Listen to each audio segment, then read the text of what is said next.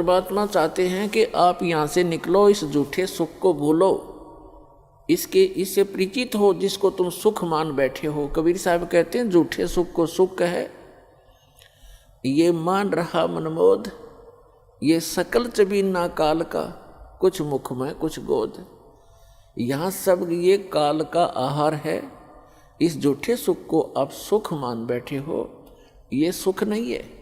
आज आप जिसको सुख मानते हो उस व्यक्ति के पास सभी सुविधाएं उपलब्ध हैं। अच्छा मंत्री है, मुख्यमंत्री है, सब सुविधाएं हैं, पुत्र भी हैं, पुत्री भी हैं, आगे संतान भी ठीक है। तो इसको हमने सुख मान रखा है और 1 मिनट में मृत्यु हो जाती है, 1 सेकंड के अंदर मृत्यु हो जाती है। फिर वो सुख कहाँ गया उसका? फिर कहीं गधा बनकर, कुत्ता बनकर गली में खड़ा होगा, खा के ये सुख। तो परमात्मा याद दिलाते हैं कि तन धर सुखिया कोई ना देखा, जो देखा सो दुखिया हो। उदय अस्त की बात करत है मन, सबका किया विवेका।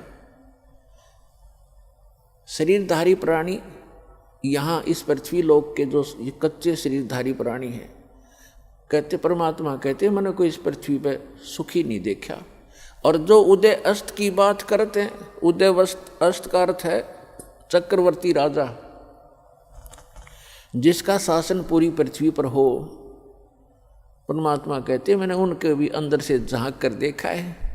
राजा के पास कोई साधु संत चला जाता है, ढेर सारे दुख बता देता है, महाराज मुझे ये तकलीफ है, महाराज मुझे ये तकलीफ है, महाराज मुझे ये कष्ट है। तो परमात्मा कहते हैं उदय अस्त की बात करे मन, सबका किया विवेका हो।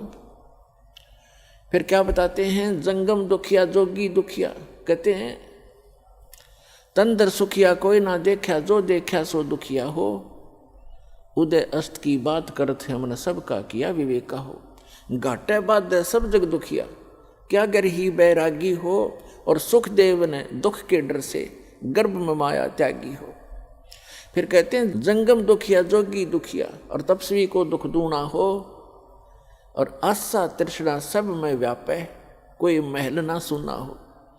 फिर परमात्मा कहते हैं कि साच कहूँ तो जग नहीं माने, पर झूठ कही ना जाई हो। और ये ब्रह्मा विष्णु महेश्वर दुखिया, जिनने ये राह चलाई हो। फिर परमात्मा अंत करते हैं इस कहानी का, कहते हैं सुरपति दुखिया। सुरपति इंद्र, स्वर्ग का राजा, देवताओं का स्वामी। सुरपति दुखिया, भूपति दुखिया। भूपति माने पूरी पृथ्वी का शासक राजा। सुरपति दुखिया, भूपति दुखिया। और रंक दुखी बपरीती हो, कहे कबीर और सब दुखिया। एक संत सुखी मन जीती हो।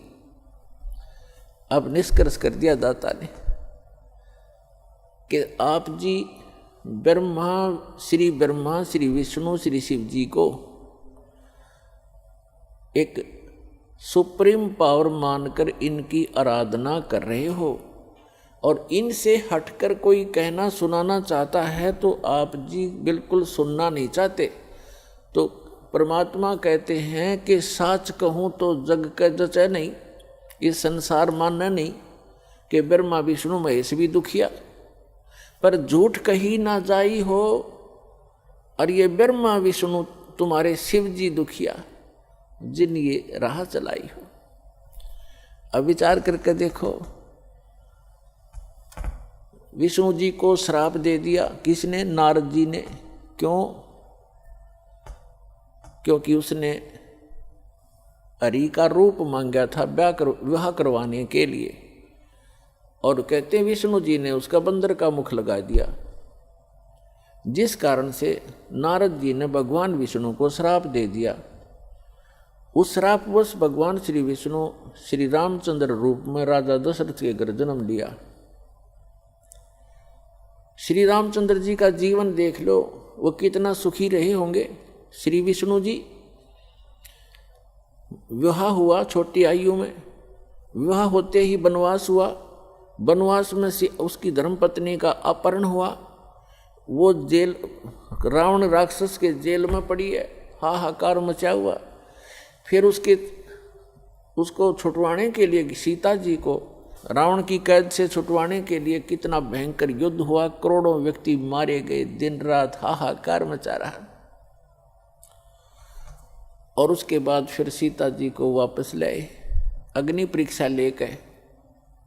अग्नि परीक्षा माने कि सीता जी को अग्नि में बैठा दिया था चिता के ऊपर कि यदि तूने रावण से संपर्क किया है तो जल जाएगी, और नहीं किया है तो तू निष्कलंक है, तो अग्नि से जलेगी नहीं। वो अग्नि से नहीं जली। लाखों लोगों के सामने परीक्षण हुआ। श्री रामचंद्र जी सीता जी को लेकर घर आ गया। कुछ दिनों के बाद सीता गर्भवती थी। उधर से किसी धोबी ने व्यंग कस दिया, अपनी पत्नी को कूट रहा था, पीट रहा था और कह रहा था कि तू 2 दिन घर से बाहर कहाँ रही। मैं इस दशरथ पुत्र रामचंद्र जैसा नहीं हूं कि उसकी पत्नी रावण के पास रही 12-10 वर्ष तक और उसको आज घर रखे हुए है। मैं उस जैसा नहीं हूं। इस बात को श्री रामचंद्र जी ने अपने कानों सुन लिया, क्योंकि वो रात्रि के समय वेश बदलकर घूमा करते थे। उस समय के राजा ऐसी व्यवस्था रखते थे।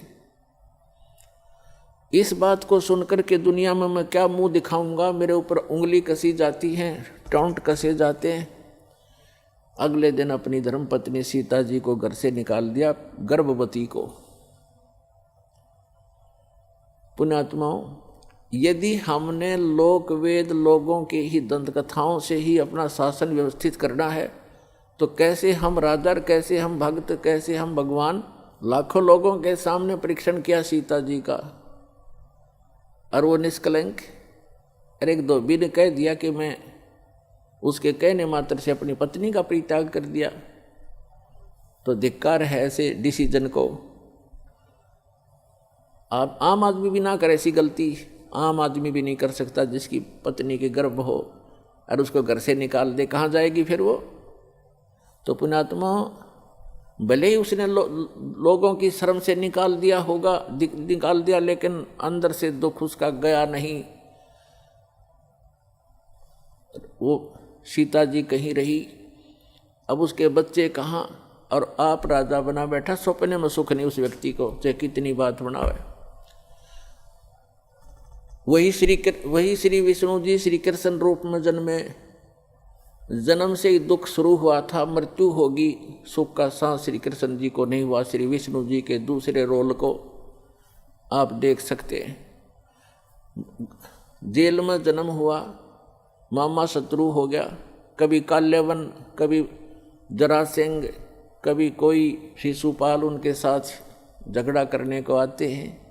फिर जाकर के एकांत स्थान पर अपना स्थान खोजा, द्वारका समुद्र के अंदर, वहाँ रहे कुछ दिन। उसके बाद अंत देखो श्री कृष्ण जी के पूरे कुल का। दुर्वासा जी ने श्राप दे दिया कि तुम्हारा कुल नाश होगा। श्री कृष्ण जी अर्थात विष्णु जी के सामने उनके 56 करोड़ यादव हो गए थे। 56 के 56 करोड़ आपस में लड़का कटका मर गए। श्री कृष्ण जी के अर्थात विष्णु जी के पोता और पोते भी। तो श्री कृष्ण जी के पोते और बेटे उनकी आंखों के सामने कटका मर गए। तो यहाँ परमात्मा कहते हैं, साच कहूँ तो जग नहीं माने और झूठ कही ना जाई हो।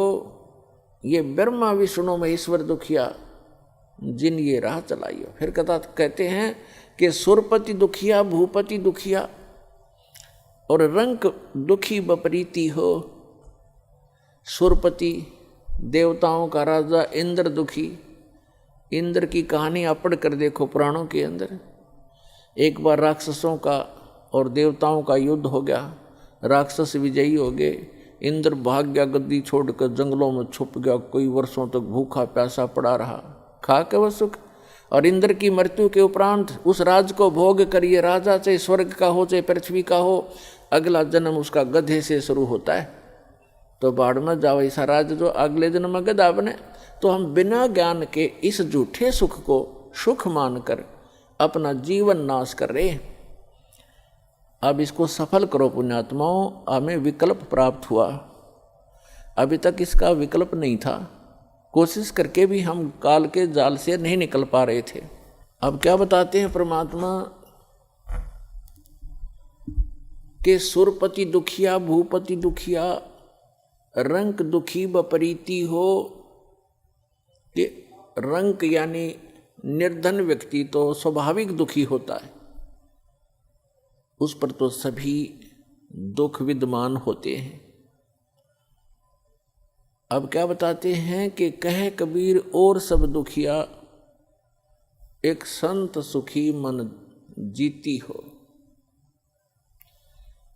एक संत सुखी हो सकता है इस पृथ्वी पर जिसने अपने मन को जीत लिया। फेसबुक पर हमारे पेज अमर बोध को लाइक करें और यूट्यूब पर अमर बोध चैनल को सब्सक्राइब जरूर करें। संत रामपाल जी महाराज से निःशुल्क नाम दीक्षा लेने के लिए हमारे इन नंबरों पर संपर्क करें। घर बैठे निःशुल्क ज्ञान गंगा या जीने की राह पुस्तक प्राप्त करने के लिए अपना नाम, पूरा पता और मोबाइल नंबर हमारे इन नंबरों पर SMS या व्हाट्सएप करें।